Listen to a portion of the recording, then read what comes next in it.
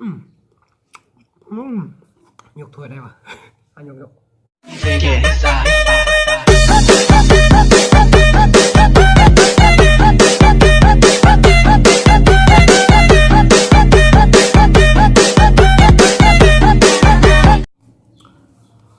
ฮ่ายสบายดีทุกคนตอนนี้อยู่กับข้าพเจ้าก่อนเนาะเว่เว่ออฟฟิเชียลโมเมนต์เนาะวีบ่าวผู้ไทยคนเก่าคนเดิมวันนี้บ่มีหยังเนาะมากินมีอ่างสื่อบ่มีหยังว่างบ่มีหยังเห็ดแล้วก็มาเมามอยเรื่องแผ่นดินไหวหน่อยหนึ่งเนาะอัปเดตข่าวกินหมี่ก่อน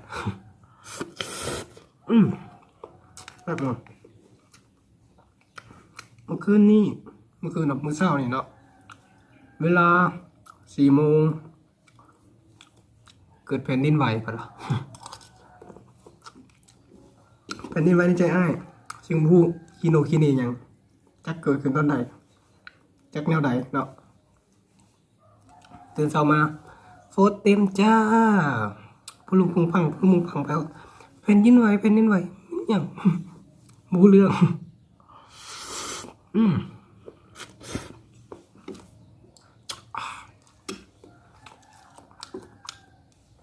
ผ่าน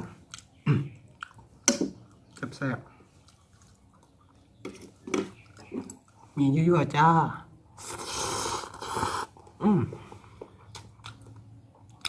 รสชาติก็คือมีตัวไปเนาะบริวิเศษวิโชยังนี่เนาะ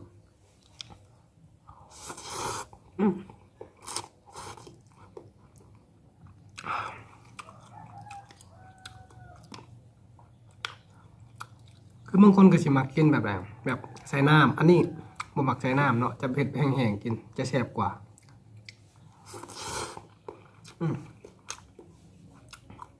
ใส่น้ำรู้สึกว่าอิ่มน้ำแต่ใส่นี้เขาจะได้รสแบบรสชาติของมันเต็มเลยแซ่บกว่ารสชาติจะเข้มข้นกว่าเนาะนี่จ้า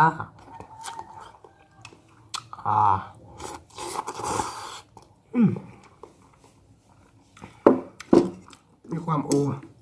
เวอร์แอคติ้งมีโมเมนต์โอเควันนี้ตอนนี้เป็นเวลาบ่าย โมงเนาะบ่าย โมงโมเมนต์2 โมงเนาะฮะก็เลิกตากเย็นมาเนาะหิวข้าวเนาะก็เลยซื้อมีมาต้มพร้อมกับไข่ต้มยั่วๆต้มแบบบสุกปันใดแบบแซ่บเนาะนี่เขาต้มประมาณนี้เห็นบ่แดงอ่อยเลยเนาะจะแซ่บต้มมันจะแซ่บดีกว่าต้มสุก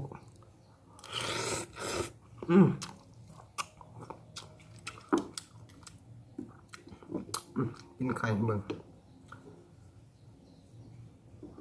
จ้าไข่ยั่วๆจ้าไข่แดง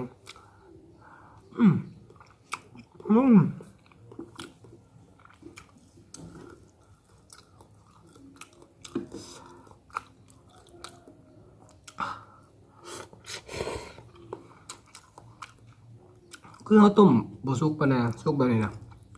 มันจะเหนียวหนึบเนาะมันจะแซ่บแล้วรสชาติมันจะดีกว่าเขาไปต้มแบบสุกจนเกินไปนะรสชาติมันจะดีกว่า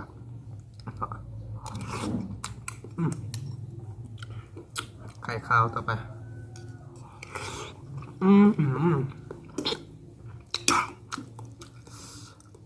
ยั่วๆแซ่บๆบอกเลยนี่เนาะ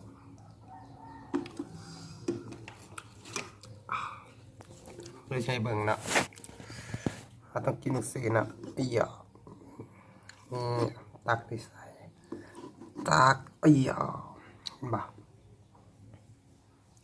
นี่นะโอเคเนาะได้แล้วนี่มายั่วๆจะบาด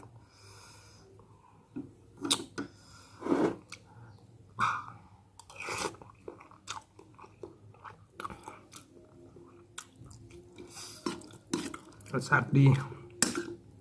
รสชาติเยี่ยม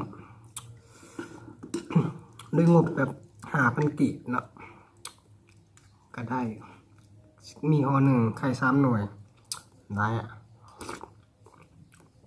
เขาจะบนเน้นหมี่เขาจะเน้นไข่เวลากินหมี่เนาะเพราะว่าโปรตีนจากไข่จะหลายกว่ามีกินหลายกับยันท้องเนาะกินไข่ก็อิ่มเนาะนี่มีเยอะๆ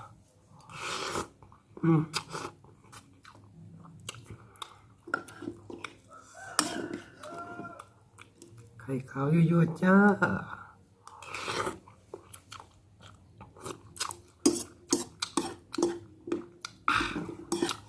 เป็นยังไงเป็นยังไง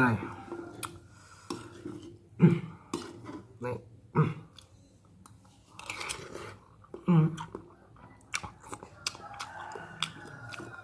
สุดยอด